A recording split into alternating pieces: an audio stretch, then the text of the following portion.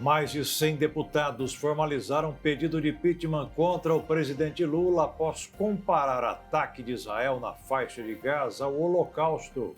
E chanceler israelense escreve em rede social que fala do petista é uma vergonha para o Brasil e um cuspe no rosto dos judeus brasileiros. Em meio ao aumento de casos de dengue e de Covid, estado do Amazonas registra alta de febre Orapuche. Conselho Federal de Química criou material didático como forma de alerta para evitar e controlar o surgimento de pragas em casa. Pesquisa revelou que os empregos ligados à matemática são mais resilientes em épocas de crise.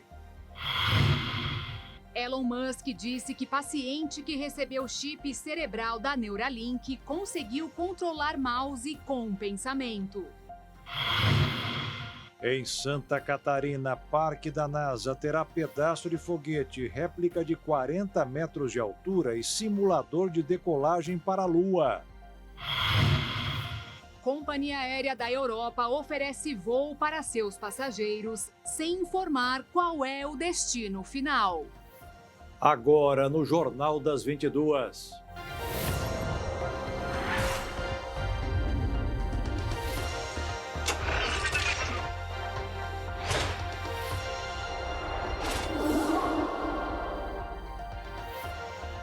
Olá, boa noite. Boa noite. Os Estados Unidos vetaram pela terceira vez a resolução apresentada no Conselho de Segurança da ONU por um cessar-fogo em Gaza. Enquanto isso, aqui no Brasil, continua repercutindo a declaração do presidente Lula, que comparou a ação de Israel ao Holocausto judeu. O ministro Mauro Vieira deve comparecer à Comissão de Relações Exteriores no Senado para prestar esclarecimentos sobre a crise diplomática instalada entre Brasil e Israel após a polêmica declaração de Lula, que comparou os ataques israelenses contra os palestinos ao Holocausto dos judeus na Segunda Guerra Mundial, promovido por Adolf Hitler. Segundo o presidente da comissão, o senador Renan Calheiros, Mauro Vieira já se comprometeu a participar da reunião na primeira semana de março, após agendas do G20. Mauro Vieira já está no Rio de Janeiro, participando de reuniões preparatórias para o encontro do grupo das 20 maiores potências econômicas do mundo. E ontem recebeu no Palácio do Itamaraty, no Rio de Janeiro, o embaixador de Israel, Daniel Zonshine. O Ministério das Relações Exteriores e a Embaixada de Israel não se pronunciaram após o encontro. Nos próximos dias, o embaixador do Brasil em Tel Aviv, Frederico Meyer, volta ao Brasil e se encontrará com Mauro Vieira para discutir a relação diplomática entre Brasil e Israel. Depois que Lula comparou os ataques de Israel ao Holocausto judeu, Frederico Meyer foi submetido a uma situação que foi considerada vexatória pela diplomacia brasileira. Ele fez uma visita guiada pelo Museu do Holocausto e acompanhou, ao lado do chanceler de Israel, uma entrevista coletiva onde a autoridade israelense declarou Lula persona non grata. Depois da polêmica, membros do governo federal saíram em defesa do presidente Lula.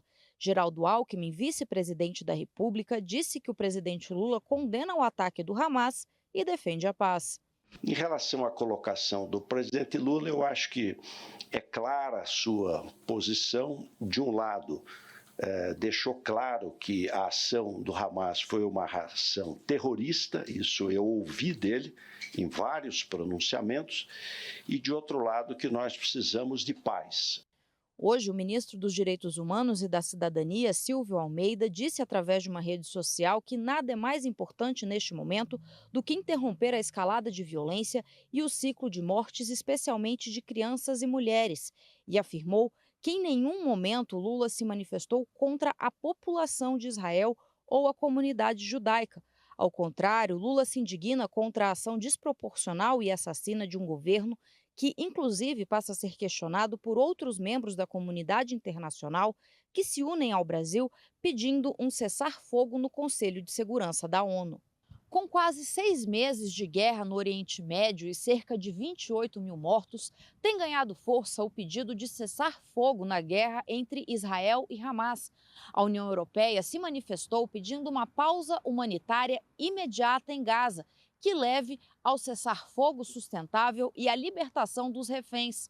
Hoje, O Conselho de Segurança da ONU votou pela terceira vez um pedido de cessar-fogo imediato em Gaza e pela terceira vez os Estados Unidos vetaram a proposta. A embaixadora de Washington nas Nações Unidas, Linda Thomas-Greenfield, rejeitou a proposta apresentada pela Argélia, que pediu um cessar-fogo imediato sem condicionar a liberação de reféns, e defendeu um projeto alternativo dos Estados Unidos que propõe cessar-fogo temporário assim que possível, alertando Israel contra a invasão em Rafah. A embaixadora afirmou que delicadas negociações diplomáticas estão em andamento e a votação da proposta pelo Conselho da ONU poderia comprometer essas discussões.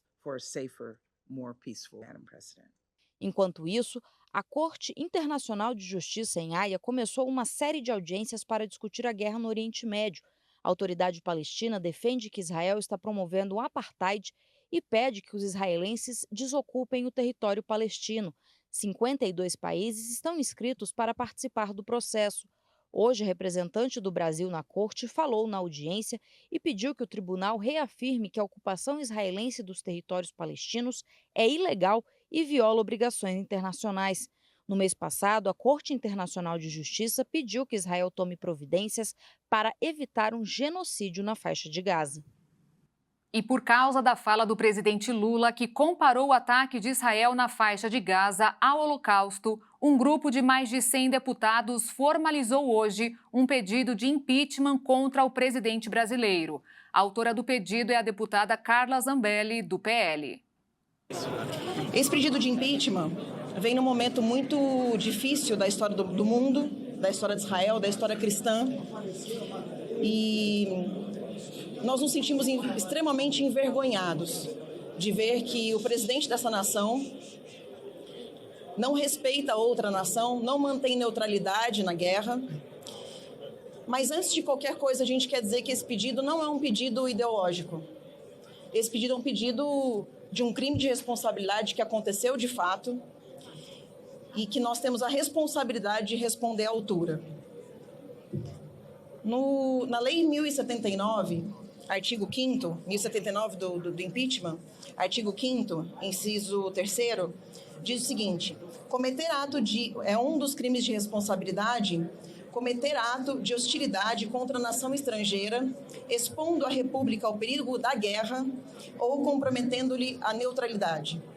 Nesse caso, a lei fala que ou um dos dois, né? Então, qualquer um dos dois já seria suficiente para a gente impetrar com processo de impeachment, mas Lula ensejou nesses dois crimes de responsabilidade, tanto na neutralidade, pois não se manteve neutro em uma guerra, como também trouxe a possibilidade de guerra para o país. O presidente do Congresso Nacional pediu durante a sessão plenária do Senado Federal de hoje que o presidente Lula se retrate da fala que comparou a ação de Israel ao Holocausto. Pacheco disse, abre aspas, essa fala equivocada não representa o verdadeiro propósito do presidente Lula, que é um líder global conhecido por estabelecer diálogos e pontes entre as nações, motivo pelo qual entendemos que uma retratação dessa fala seria adequada, pois o foco das lideranças mundiais deve estar na resolução do conflito entre Israel e Palestina, fecha aspas. Israel cobrou abertamente uma retratação de Lula. Na rede social X, o chanceler israelense Israel Katz disse que a comparação é vergonhosa, feita pelo presidente brasileiro e promíscua, delirante. Escreveu, abre aspas, milhões de judeus em todo o mundo estão à espera do seu pedido de desculpas. Como ousa comparar Israel a Hitler? É necessário lembrar ao Senhor o que Hitler fez? Vergonha para o Brasil e um cuspe no rosto dos judeus brasileiros. E continuou, ainda não é tarde para aprender história e pedir desculpas. Fecha aspas. Até então, continuará sendo persona non grata em Israel. Um helicóptero está desaparecido desde ontem entre os municípios de Novo Repartimento e Marabá, no sudeste do Pará. Entre os passageiros está um servidor do Departamento Nacional de Infraestrutura de Transportes. A aeronave saiu de Novo Repartimento por volta das 7 horas da noite desta segunda-feira e até o fim da tarde desta terça ainda não havia informações sobre o paradeiro do helicóptero. o DENIT informou que está acompanhando as buscas da aeronave que desapareceu no Pará com um servidor da autarquia a bordo. Ainda segundo o órgão, na aeronave estavam 5 pessoas. A Polícia Rodoviária Federal está auxiliando nas buscas terrestres pelo helicóptero, mas as condições climáticas com muita chuva estão dificultando o trabalho da equipe. As buscas pelos 2 fugitivos do Presídio de Segurança Máxima de Mossoró, do Rio Grande do Norte, entraram hoje no 7º dia. Agora a operação vai contar com o reforço da Força Nacional. Cerca de 100 agentes serão substituídos por policiais federais que já estão exaustos após trabalharem sem parar por dias. A tropa da Força Nacional saiu hoje de Brasília para reforçar as buscas na região. O grupo é forte. Além dos 100 soldados, estarão também 22 viaturas e um caminhão. Eles deverão chegar em Mossoró daqui a 2 dias. As equipes vão se juntar com mais de 500 agentes que já atuam nas buscas. Durante a manhã de hoje, o secretário nacional de Políticas Penais, André Garcia, iniciou uma inspeção na penitenciária para conferir se as novas medidas de segurança estão sendo implantadas conforme o determinado. Entre elas estão o reforço da estrutura de luminárias das celas, a limpeza dos canteiros de obras e a reparação das câmeras com defeitos. A suspeita é de que os 2 criminosos fugiram pela luminária de suas celas e usaram um alicate para cortar a grade que cercava o presídio. Parte das câmeras do local estavam com defeito e, por isso, ninguém viu. Entre as últimas informações sobre um possível paradeiro dos fugitivos está o último sinal obtido por meio dos celulares roubados por ambos no último sábado. O acesso aconteceu numa área rural, perto da divisa do Ceará com o Rio Grande do Norte. Por conta disso, as buscas na região foram intensificadas. Mas não está sendo nada fácil. São grutas, calor, chuva, animais peçonhentos e mata fechada. Algumas das árvores da região chegam aos 20 metros de altura. Por conta do período de chuva, a mata fica ainda mais densa e fechada. Por conta disso, o deslocamento pela região é feito lentamente. Para ser rápido, deveria acontecer por trilhas para caçadores ou ciclistas. Mas tudo isso não parece ser um problema para os criminosos, que continuam desaparecidos. E veja a seguir, com apenas 2 votos contra, texto base do projeto de lei que acaba com o benefício da saidinha é aprovado no Senado. E ainda, a pesquisa revelou que os empregos ligados à matemática são mais resilientes em épocas de crise.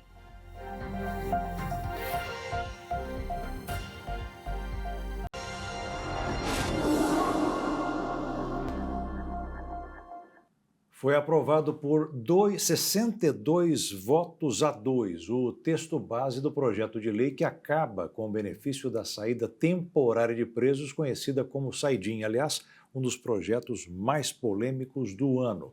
Agora, os senadores analisam os destaques, que são sugestões de mudança no projeto. Com aprovação pelo Senado, a Câmara votará de novo. E assim que for concluída, a proposta volta para a Câmara para mais uma análise, porque sofreu alterações. Depois disso, vai à sanção presidencial.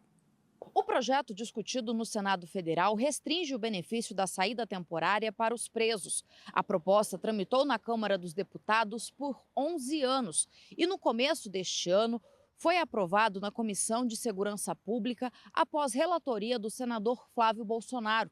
O projeto revoga um trecho da Lei de Execuções Penais e acaba com a possibilidade de que os detentos do semiaberto saiam até 5 vezes ao ano sem vigilância direta. O texto também altera as regras de monitoramento dos detentos através da tornozeleira eletrônica e inclui punições para aqueles que violarem ou danificarem o dispositivo. Entre as medidas previstas está a conversão da pena restritiva de direitos em prisão. Vale destacar que, após a aprovação do projeto no plenário do Senado, o texto precisa ser sancionado pelo presidente da República para virar lei. E há a expectativa de que o Ministério da Justiça e Segurança Pública recomende o veto ao presidente Lula. Autoridades de vários países anunciaram hoje o desmantelamento do grupo hacker mais perigoso do planeta. Os criminosos receberam mais de 600 milhões de reais em resgate, segundo o Departamento de Justiça americano. A polícia prendeu membros da gangue e derrubou servidores. Lockbit é o nome da organização considerada uma das maiores gangues de crimes cibernéticos do mundo. Ela seria responsável por ataques de ransomware a inúmeras empresas espalhadas por todo o planeta, gerando milhões de dólares em prejuízos. Para quem não sabe, ransomware é um tipo de vírus que sequestra todo o conteúdo de um computador. E então os criminosos pedem resgate para devolver os dados. Foram vítimas da Lockbit, o sistema de correios do Reino Unido, o Banco Industrial e Comercial da China e até um hospital canadense para crianças. O Banco BRB do Brasil também foi um dos alvos da quadrilha. Além disso, os hackers ainda chantagearam milhares de pessoas físicas, ameaçando vazar dados e documentos sigilosos em caso de não pagamento do resgate. Chamada de Operação Cronos, a Força-Tarefa Mundial para barrar as ações da gangue envolveu o FBI dos Estados Unidos, a Agência Nacional de Combate ao Crime do Reino Unido, a Europol, entre outras agências policiais internacionais. Essa coligação de agências publicou no próprio site da Lockbit a seguinte mensagem: este site está agora sob o controle da Agência Nacional do Crime do Reino Unido, trabalhando em estreita cooperação com o FBI e a Força-Tarefa Internacional de Aplicação da Lei, Operação Cronos. Até agora, 2 membros da organização foram presos, um na Polônia e outro na Ucrânia. Mais de 200 contas de criptomoedas ligadas ao grupo foram congeladas e 28 servidores foram derrubados. As investigações da gangue começaram em abril de 2022. A Rússia afirmou que retomou o controle de uma parte da Ucrânia. O presidente Vladimir Putin ironizou o que chamou de fuga caótica das tropas ucranianas da cidade de Avdiivka. A Rússia afirmou nesta terça-feira que retomou o controle da cidade de Krink, ocupada pelas forças ucranianas na margem leste do rio Dnieper em 2023, em um anúncio feito poucos dias após Moscou também ter capturado Avdiivka. O exército de Kiev tinha estabelecido posições em Krink no ano passado, mas, segundo o ministro da Defesa russo Sergei Shoigu, as tropas de Moscou expulsaram mais uma vez os ucranianos.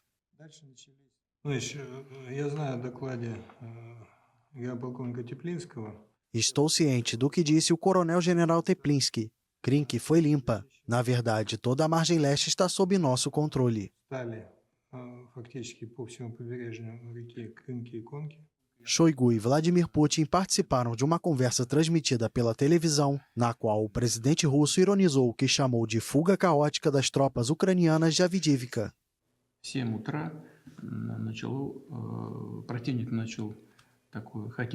Os avanços de Moscou ocorrem após quase 2 anos do início da ofensiva na Ucrânia em 24 de fevereiro de 2022 e a poucas semanas das eleições presidenciais nas quais Putin busca consolidar o poder com um novo mandato de 6 anos. A Polícia Federal realizou na manhã de hoje uma operação contra um grupo responsável de movimentar 7 milhões de reais com vendas irregulares de celulares nas redes sociais.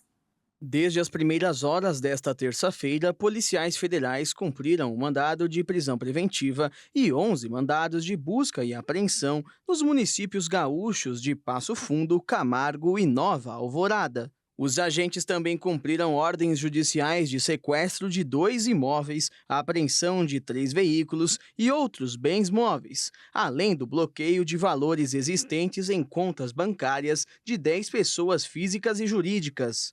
A investigação da polícia começou a partir da informação de que um rapaz estaria efetuando a entrega de telefones celulares de forma irregular dentro de um shopping em Passo Fundo. De acordo com as apurações, os investigados podem ser enquadrados nos crimes de formação de associação criminosa dedicada à aquisição clandestina, transporte, depósito e comercialização de produtos eletrônicos. Segundo a Polícia Federal, o principal homem investigado realizou diversas viagens ao exterior em busca de produtos eletrônicos e foi preso em flagrante em outubro do ano passado ao transportar smartphones de última geração e outros itens importados ilegalmente. Na época, a carga apreendida foi avaliada em R$160 mil. Portanto, o investigado sonegou um valor de impostos, tributos e encargos de mais de R$137 mil. Com o avanço das investigações, a Polícia Federal comprovou que o principal investigado possui uma rede de clientes, criada a partir de publicações em redes sociais, revendendo ilegalmente produtos importados sem o pagamento dos tributos da importação. Os investigadores também afirmaram que as evidências seguiriam que o suspeito se utilizava de nome de terceiros para ocultar a origem de bens e valores ilegalmente obtidos com o comércio ilegal. A Justiça também determinou o encerramento dos perfis de redes sociais utilizados pelos investigados para o comércio dos produtos ilegais. Pela segunda semana consecutiva, houve aumento no valor dos combustíveis em todo o país. Segundo dados da Agência Nacional do Petróleo, Gás Natural e Biocombustíveis, o preço da gasolina subiu 0,17% por litro, o que representa 19 centavos. O etanol subiu mais ainda, 0,85%, e apenas o litro do diesel recuou nesse período, com uma queda de 0,17%. Os microempreendedores individuais terão até o próximo dia 31 de maio para enviar a declaração anual de faturamento para a Receita Federal. Mas é bom ficar atento. É necessário informar os ganhos obtidos no ano passado, como vendas e prestações de serviços. O faturamento deve ser de, no máximo, R$ 81 mil, mas as receitas com comércio ou serviço devem ser registradas de maneira separada. Além disso, as contratações de funcionários também deverão ser informadas. Uma pesquisa realizada para saber qual a importância da matemática para a economia brasileira mostrou que os empregos relacionados a esta área tendem a ser mais resilientes em tempos de crise e a ter um salário maior. Dados divulgados pelo Itaú Social revelaram que a qualidade dos empregos ligados à área de exatas, mais especificamente a matemática, tendem a ser muito mais em termos de resiliência às situações de crise e salário, quando comparado com outras ocupações não vinculadas a essa disciplina. De acordo com o estudo, isso ocorre porque esses cargos demandam mais especialização. Durante o período de pandemia da Covid-19, os trabalhos intensivos em matemática tiveram queda de quase 7%, enquanto as demais ocupações mostraram baixa de um pouco mais de 13%. A pesquisa mostrou que setores ligados à área oferecem salários até 120% acima da média dos demais trabalhadores. Embora a proporção de empregados ligados à matemática tenha se mantido na faixa de 7% e 8% no total de pessoas empregadas no período de 2012 a 2022, o crescimento de vagas nesse setor no período de 10 anos foi superior ao total do mercado de trabalho. As regiões do Brasil com maior concentração desses profissionais são Sudeste e Sul, com estados de São Paulo, Rio de Janeiro, Minas Gerais, Rio Grande do Sul e Paraná. Uma pesquisa nacional mostrou situação de vulnerabilidade social e insegurança alimentar e nutricional vivida por indígenas que moram em áreas de retomada. Cerca de 225 mil hectares que fazem parte de Mato Grosso do Sul são de terras indígenas. De acordo com o CIMI, Conselho Indigenista Missionário, pelo menos 25 territórios estão à espera de demarcação. O estado é o terceiro do país em população indígena, formada em sua maioria por povos das etnias Guarani, Guarani-Kaiowá e Terena, ficando atrás apenas de Roraima e do Amazonas.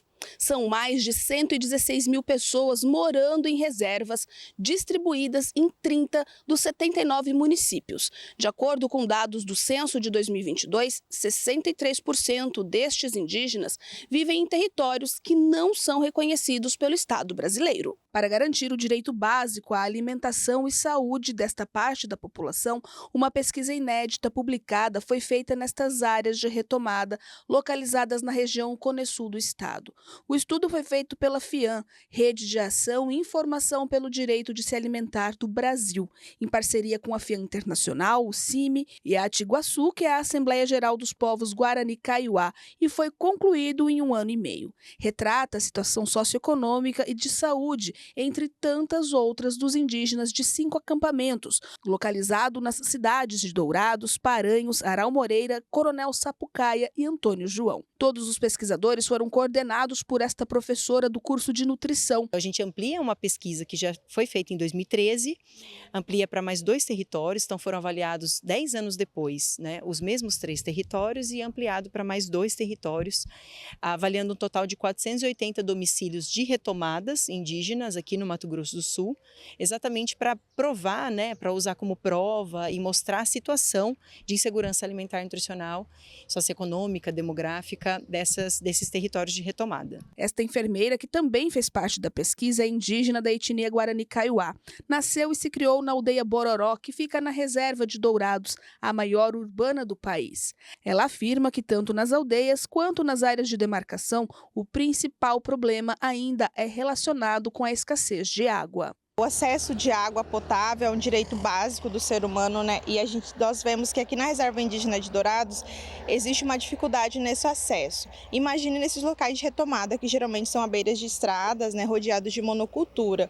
Então, geralmente, as comunidades que estão nesses locais, as famílias, as crianças, as mães, gestantes, buscam acesso em córregos ou fazem aquele poço, né, com perfuração e que não é saudável, né, para o consumo e também, né, muitas vezes contaminados de agrotóxico. A intenção é, a partir destes dados coletados com o estudo, poder de alguma forma auxiliar todas essas famílias que vivem em situação de vulnerabilidade social. Eu acredito que garantir alguns direitos básicos, né, já constitucional, que, por exemplo, é o acesso à água potável, é a efetivação das leis federais em relação à pulverização de agrotóxico, por exemplo, acesso à educação, porque muitas dessas crianças às vezes têm dificuldade no acesso à educação, e o direito básico, né, à alimentação. E, claro, né, ampliação e demarcação desses territórios que hoje estão em processo de retomada. Quem quiser mais dados ou informações, basta acessar a pesquisa completa que foi lançada no portal da FIAM, no endereço fiambrasil.org.br. E você vai ver ainda hoje, em meio ao aumento de casos de dengue e de Covid, estado do Amazonas registra alta de febre oropouche. E ainda, Conselho Federal de Química criou material didático como forma de alerta para evitar e controlar o surgimento de pragas em casa.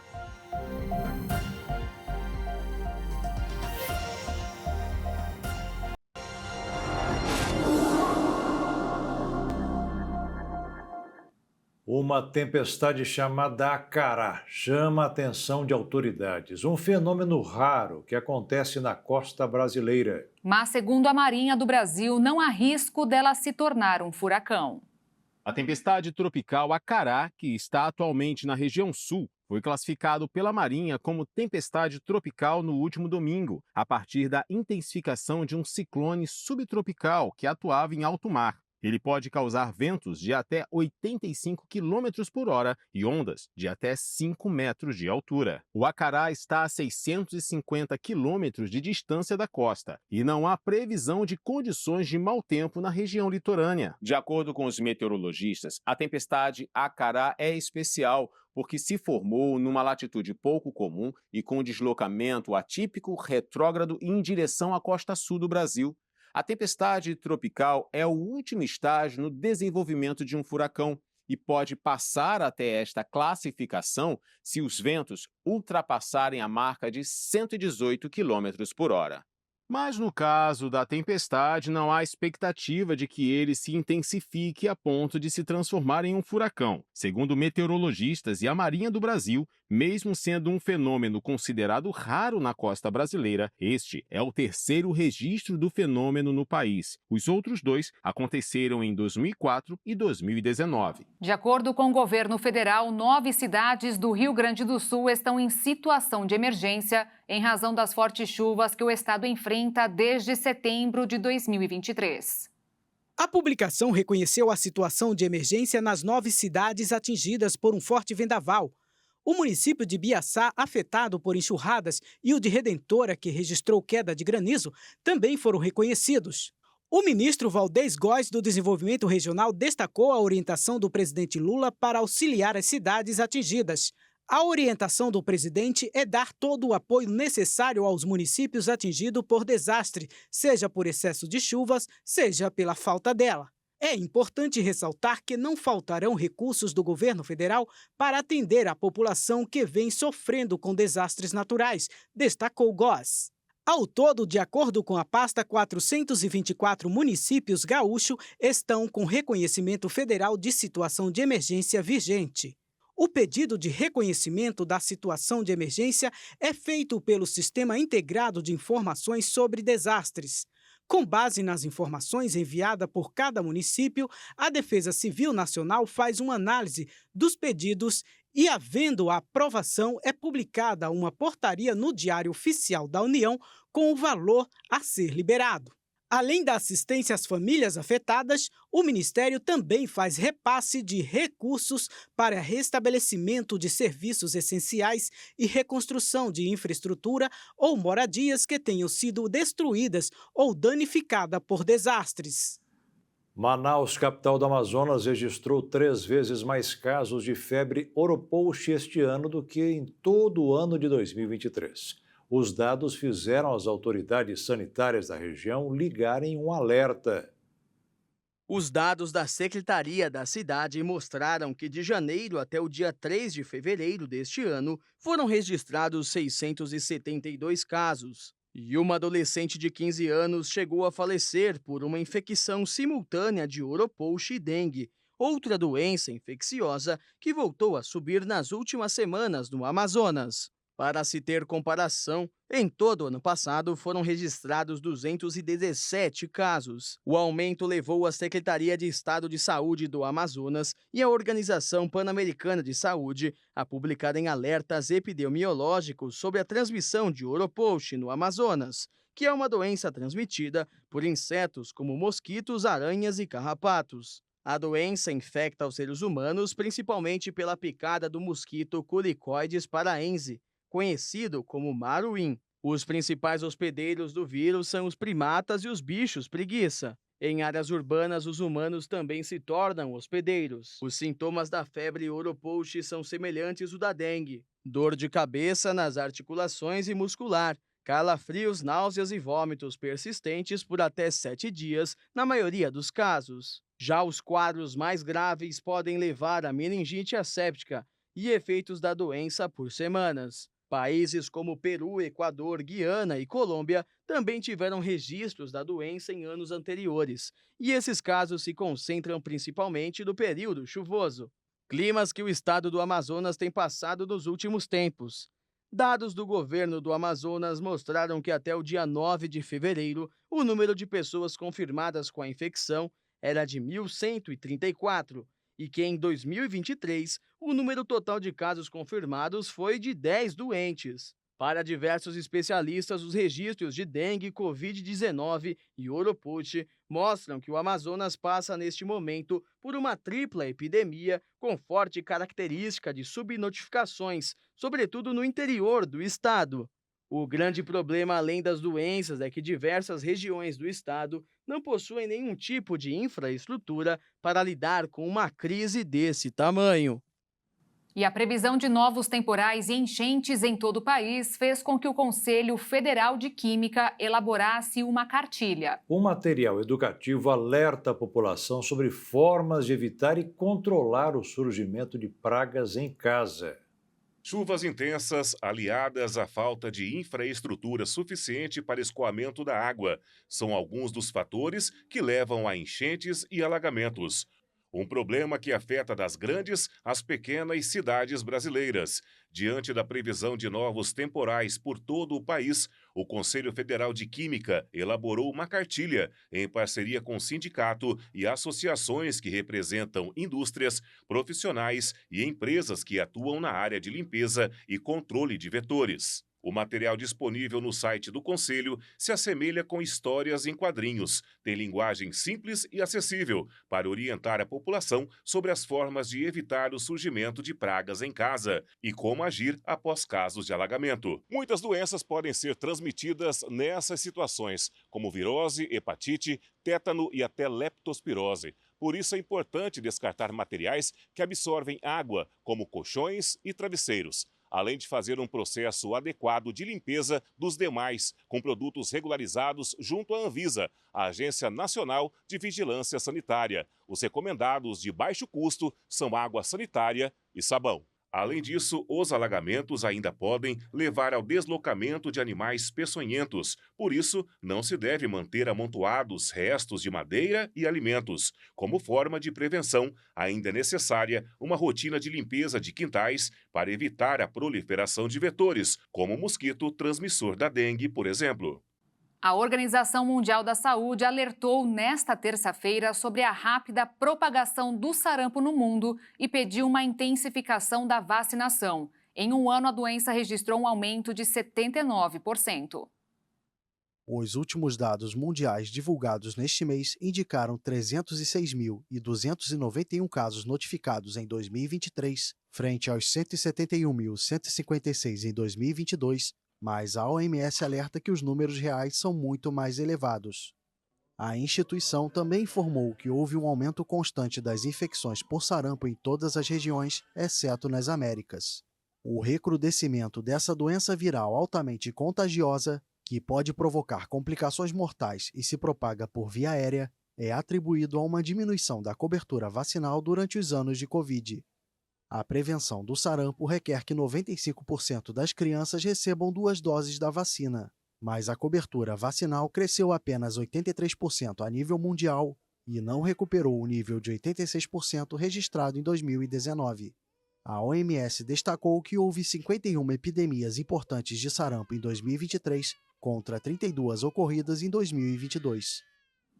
Na Itália, as poucas chuvas registradas agravam a contaminação ambiental e as secas em um contexto de aquecimento global. De um lado, a poluição sufoca Milão. Do outro, moradores da cidade começam a se preocupar com o ar que respiram e perguntam que tipo de medidas poderiam ser tomadas para melhorá-lo. A partir de hoje, inclusive, alguns carros considerados mais poluentes foram proibidos de circular em partes da Lombardia. A circulação dos carros mais poluentes foi proibida nesta terça-feira em Milão e em outras 8 cidades da Lombardia, devido ao nível de contaminação muito alto nessa região industrial do norte do país.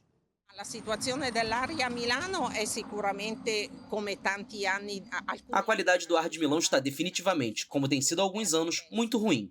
Especialmente no inverno, exceto quando há um pouco de vento que limpa um pouco o ar.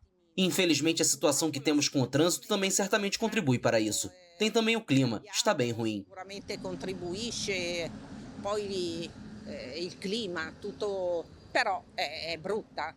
Devo dizer que os níveis de poluição que atingimos recentemente são realmente insuportáveis. Embora eu me lembre de a minha filha me dizer no ano passado que Milão era a segunda cidade mais poluída do mundo por um dia. Era stata per un giorno la seconda città più inquinata al mondo.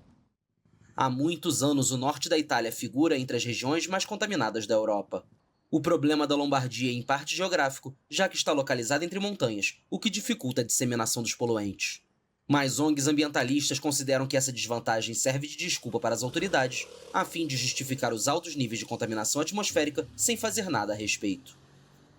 No mercado financeiro, os investidores repercutiram os últimos movimentos do governo chinês para tentar impulsionar o gigante asiático e avaliaram novos dados econômicos dos Estados Unidos. Com isso, o dólar fechou em queda de 0,60%, cotado em R$ 4,93 na venda.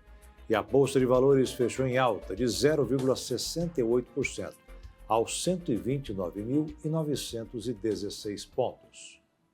Um estudo norte-americano mostrou quais são os benefícios de uma dieta que simula o jejum durante 5 dias por mês. O ensaio clínico com pacientes apresentou queda na resistência à insulina e no envelhecimento do sistema imunológico.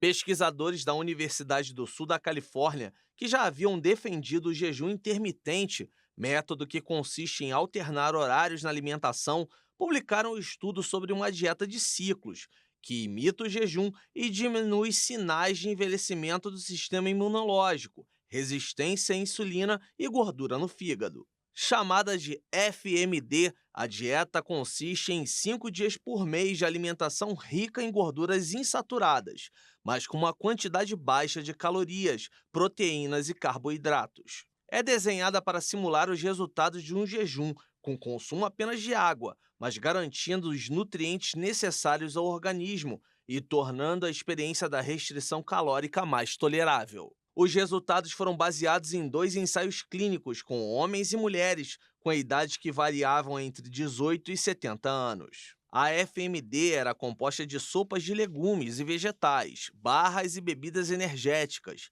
chips saudáveis e chás, consumidos ao longo de 5 dias e acompanhados por suplementos de vitaminas, minerais e ácidos graxos essenciais. Os participantes se submeteram a ciclos durante 3 ou 4 meses, durante os quais faziam a dieta durante 5 dias e depois eram liberados para comer normalmente nos 25 dias restantes. Já os integrantes do grupo de controle eram instruídos a comer como de costume.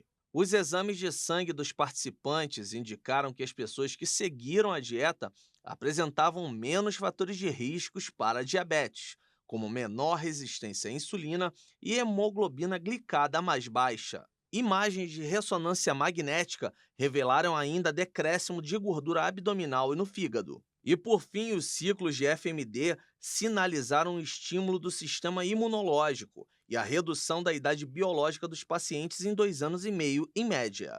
O trabalho publicado na revista científica Nature Communications foi o primeiro a mostrar que uma intervenção que não requer restrição calórica crônica pode rejuvenescer biologicamente as pessoas. E a seguir, Elon Musk disse que paciente que recebeu chip cerebral conseguiu controlar mouse com pensamento. E também, companhia aérea da Europa oferece voo para seus passageiros sem informar qual é o destino final.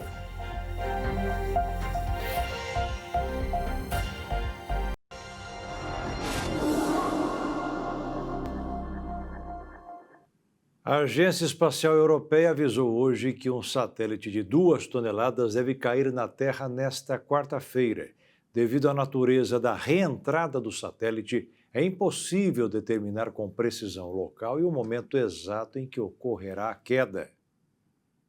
A ESA está disponibilizando atualizações em tempo real sobre o evento em seu portal. No entanto, devido à natureza da reentrada do satélite, sem possibilidade de manobras, não é possível determinar com precisão o local e o momento exato em que ocorrerá o processo. Dessa forma, a incerteza quanto ao momento exato da reentrada do satélite é atribuída à impossibilidade da atividade solar, que pode influenciar a densidade da atmosfera terrestre e, consequentemente, o comportamento do satélite em relação à atração atmosférica.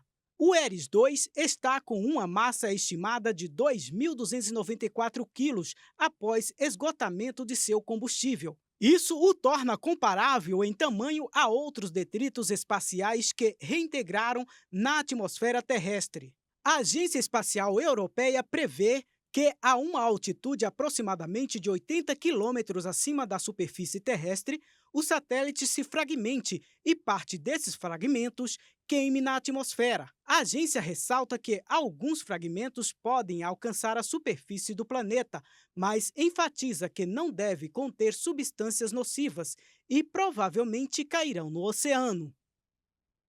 O presidente da Big Tech, Microsoft, ressaltou a importância da regularização quanto ao avanço da inteligência artificial e o quanto essa tecnologia pode ser arriscada para a sociedade, especialmente se ela controlar sistemas de infraestrutura.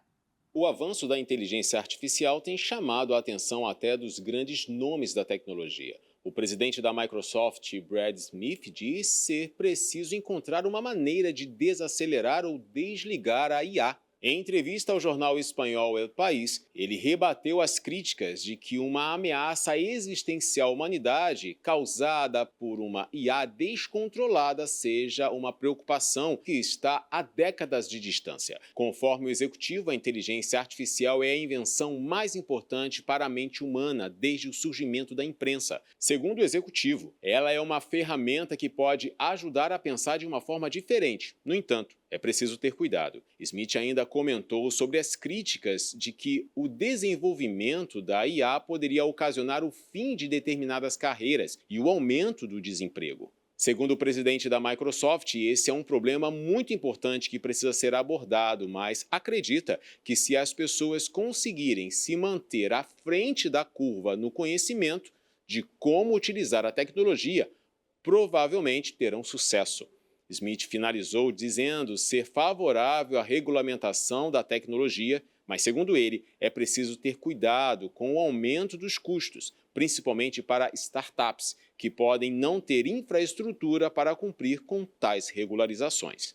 O primeiro humano que recebeu um chip cerebral da Neuralink conseguiu controlar um mouse de computador apenas com o poder do pensamento. Pelas redes sociais, o bilionário Elon Musk, dono da empresa, afirmou que o paciente já está totalmente recuperado. Até agora, ele não apresentou qualquer efeito negativo para a sua saúde. O próximo passo é fazer com que o paciente acione o botão do mouse e clique o maior número de vezes que conseguir. A empresa também acrescentou que o objetivo inicial é esse: mover um cursor de computador ou usar um teclado com pensamento. Mas a Neuralink não quer parar por aí. Eles são ambiciosos e a intenção para um futuro próximo é de que tratem problemas como obesidade, autismo e depressão.